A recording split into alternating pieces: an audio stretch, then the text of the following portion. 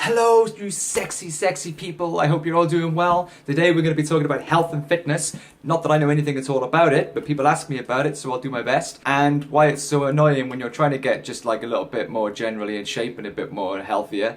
Why it's so annoying going on YouTube and you see these massive shredded dudes giving you all this advice that bears no resemblance to your actual life whatsoever. So hopefully I'm going to try and help if I can.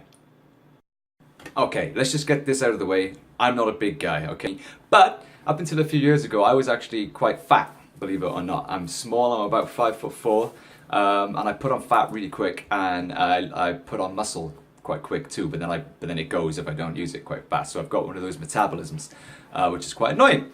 Because I love all the wrong things. I love pizzas, I love chocolate, I love booze, I love curry, I love all the good stuff. And I lived on it for years and years. I'm a musician, so I would just live on like petrol station sandwiches and then a bar of chocolate and then Coke and then just drink tons of beer before bed and have a pizza and go to bed on it and everything. No exercise whatsoever. I didn't cook anything. I didn't eat any vegetables or fruit, nothing like that. Full fat milk, sugar on the cereal, toast, everything. All the good stuff. You know what I mean? So I love all that stuff, right? So that's where I'm coming from, and I tried to get fit many times, and it just never happened because I was not interested in it. So I gave up, and then I got gutted again. I was like, oh man, I got to get in shape, and I tried and failed many times. And the one thing that worked for me was this. Okay, so now I have I'm in the best shape I've ever been in. My diet is really good, my energy level is really good, my fitness level is good, I'm much more knowledgeable about food, I exercise every day, and I'm really happy with the shape that I'm in and everything like that, and I can wear like fitted clothes and things like that, and when you start to get in shape, it does affect your whole mentality, and it affects how you approach other things in life, because if you're able to push through the pain barrier of fitness when your body doesn't want to, that mental discipline helps you in other areas of life as well. So I think it is really important to look into this. And this is the one thing that helped me.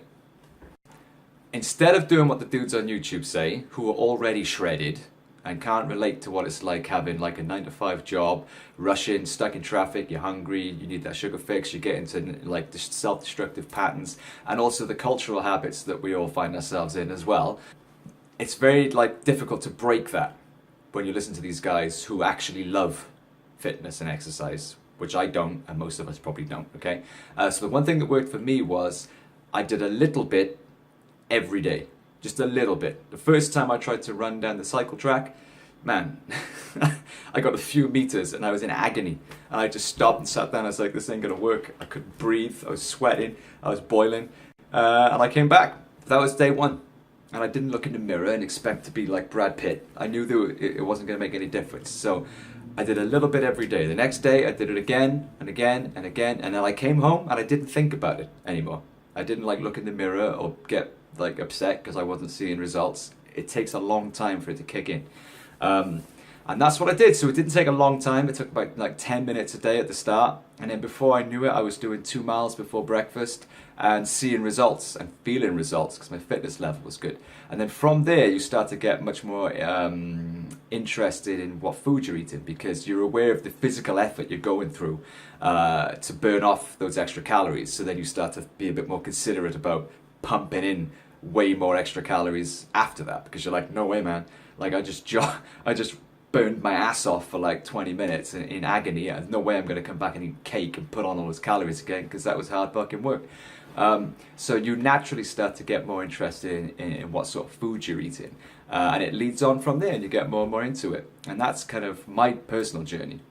Don't look in the mirror for 6 months or something like that, and then you'll be really surprised and motivated and encouraged. But do a little bit every day, as and when you can. I know we're all busy, people have got families, they've got jobs, they've got commitments, so don't take on this big responsibility like, I'm gonna get fit, tomorrow I'm gonna hit it, because it doesn't last. You know it doesn't last, we all know it doesn't last. Do a little bit every day, do 10 minutes around the park, around the block, around the street, whatever you gotta do, just a little bit of gentle cardio.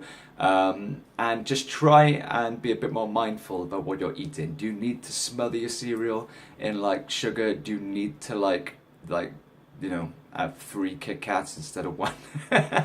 You know what I mean? It's your body loves that stuff. Your body is programmed to exist in the wild. You know, we've spent more time on this earth as humans, as hunter-gatherers, than as modern, digitized people with food easily available on every street corner. So if you put fat and salt and sugar into your body's going to hold on to it because it's programmed for your survival. So yeah, you are going to want it, you are going to crave it because your body wants that, it needs it to survive. But your body doesn't realize that it can have 15 Kit Kats every hour if it wants. So you've got to be mentally strong enough to resist that because your body is going to tell you it wants it. So that's what I did. Exercise plays an important part in my life, but it's not the whole story. I have a very, very different lifestyle now to what I used to have before, and I feel so much better for it, and it's very important to me to maintain that. But I still eat cake, I still eat pizza, and I still drink my own body weight in booze. But I exercise very regularly. I'm very strict with that, and I do a lot of high intensity cardio and muscle workouts and things, believe it or not. You wouldn't think it to look at me. And I'm very, very strict with my food as often as I can be. But I do cut loose. And I do enjoy the good things too. So I think you don't have to think that unless you're doing it at an athletic bodybuilder level that you're somehow failing. We're all different. We all have different body types. And there's only a certain type of body that we're going to be able to achieve with who we are as individuals. So find your own rhythm within it. Some people get into it and they get really, really into it and become athletes. I've got friends who are like that. That's not me because I love the good stuff too much. So don't press yourself into thinking you've got to be a Greek god or you failed. But having some element of health and fitness in your life is very, very important in your longevity, in how long you're going to be around for your family and enjoying your life, and how well you're going to enjoy that.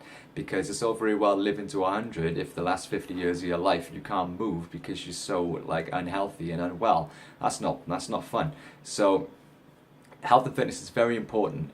You'll be mentally sharper, you'll feel better, you'll have more energy, your skin will be better, you'll just be generally more healthy, and you'll have a longer, more fruitful, happier life. Hopefully, unless you get hit by a bus, but you can't help that, but you can't control that, but you can control your attitude to what you put in your body and your level of fitness and exercise. So definitely give it a go, guys. I'm not saying that you've got to make a massive lifestyle change, and if you try that, you're probably going to fail like 99% of people that do, but I've actually experienced it in my own life, and the way that I did it was by doing a little bit and making little changes, and then it grew from there as I gradually got more and more adapted to it. And if you just do it that way, on your own time, on your own clock, and when works for you, but do it consistently every day, and you will see results. But yeah, hopefully for us regular people, I might have something there that might help you at least get started, and then you can go to the bodybuilder shredded dudes when you want to take it further and tell me how it goes down. Good luck, love you to bits, and I'll see you soon. Mwah. For all the words you wrote, for all the hearts you broke, for all the things you sold, I'm in love with you. For all the dreams you give, for all the lives you live, for all the cracks you fill, I'm in love with you. Until the next one. Well, well, well, oh, oh, oh. Well, well, well, oh, oh, oh. Well, well, well. I'm in love with you. Well, well, well, oh, oh. Well, well, well, oh, oh. Well, well, well. I'm in love with you. I'm always there for you until you stop coming round. In a glossy magazine, you know I care for you, even though you have to fight to get some of my time.